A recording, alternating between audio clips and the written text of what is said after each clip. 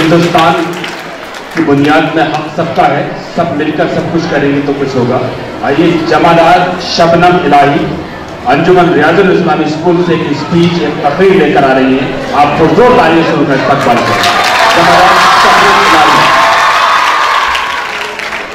माशाअल्लाह काफी तो लग रहा है पूरे सुपरस्टार है।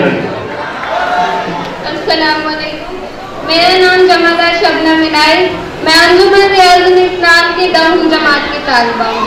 सदर मोहतरम, मुंसिफाने ग्रामी, मेहमान खुसूसी, जलसे में मौजूद तलबा व तालिबात, असातिज़ाए किराम व दीगर शुरकाए महफिल, अस्सलाम वालेकुम। आज हम सब यहाँ गांधी जयंती मनाने के लिए जमा हुए हैं। 2 अक्टूबर महात्मा गांधी की सालगिरह को हर साल हिंदुस्तान भर में निहायत गर्मजोशी से मनाया जाता है। इसलिए आज के इस मौके पर मैं महात्मा गांधी से मुताल्लिक़ लफ्ज़ शायरी करना चाहूँगी और अपनी तकरीर के जरिए उन्हें खराज अक़ीदत पेश करना चाहूँगी। जुल्म फिर जुल्म है, बढ़ता है तो मिट जाता है। जुल्म फिर जुल्म है, बढ़ता है तो मिट जाता है। खून फिर खून है, टपकेगा तो जम जाएगा।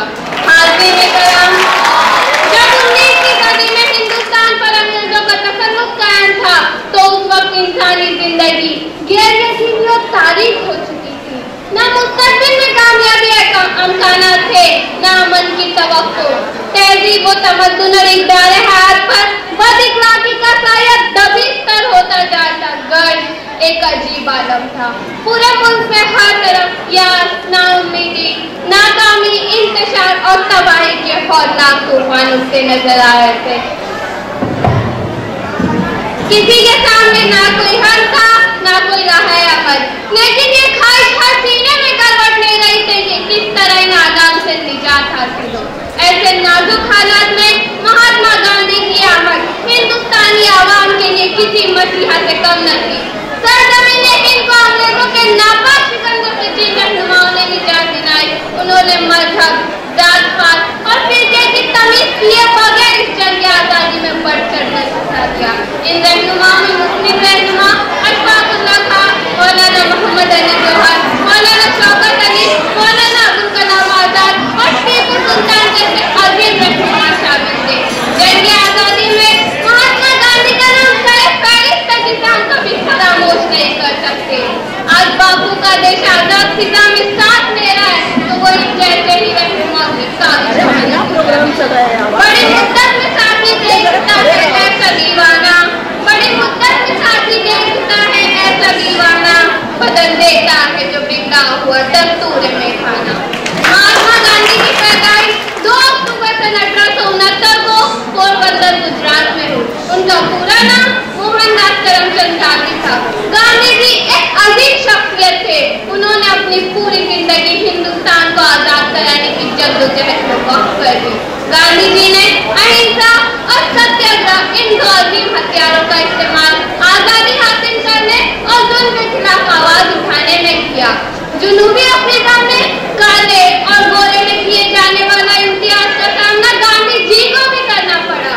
उन्हें जब उनके सामान के साथ सख्त सर्दी में प्लेटफॉर्म पर फेंक दिया गया तो उन्होंने फैसला किया कि इस नाइंसाफी के खिलाफ आवाज उठाना ही होगा। उन्होंने नमक सत्याग्रह की और नमक जैसी आम अशिया पर लगे टैक्स के खिलाफ आवाज उठाई और अंग्रेजों के तख्त को हिलाकर रख दिया। गांधी जी ने देश के आवाम को एहसास दिलाया कि आजादी की लड़ाई हम सब की लड़ाई है।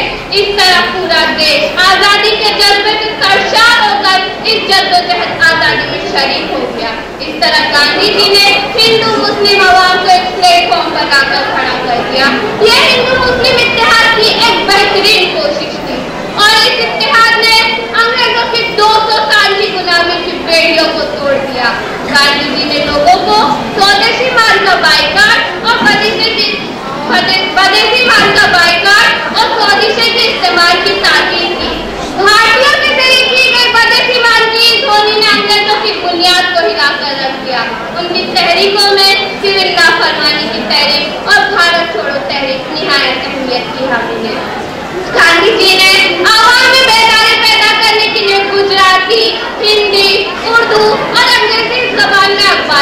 निकाले। उन्होंने उर्दू अखबार हरिजन सेवा 5 मई 1946 को अहमदाबाद से जारी किया।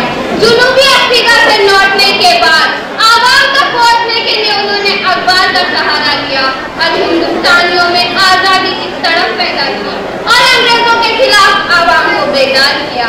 अकबर इलाहाबादी का ये शेर गांधी जी की समझ से अक्कासी करता है। खींचो न कमानों को न तलवार निकालो, खींचो न कमानों को न तलवार निकालो, जब तो मुकाबिल हो तो अखबार निकालो। उनका कौन था?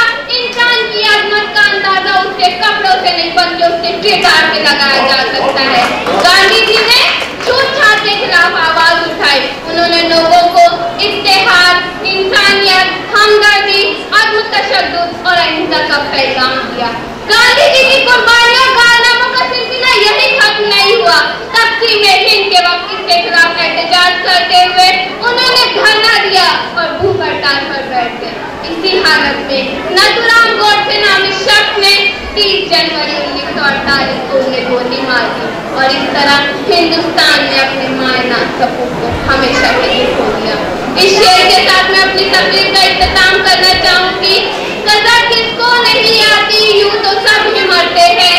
सजा किसको नहीं आती, यूं तो सब ही मरते हैं, लेकिन इस मरहूम की बुए कफन कुछ और कहती है। शुक्रिया।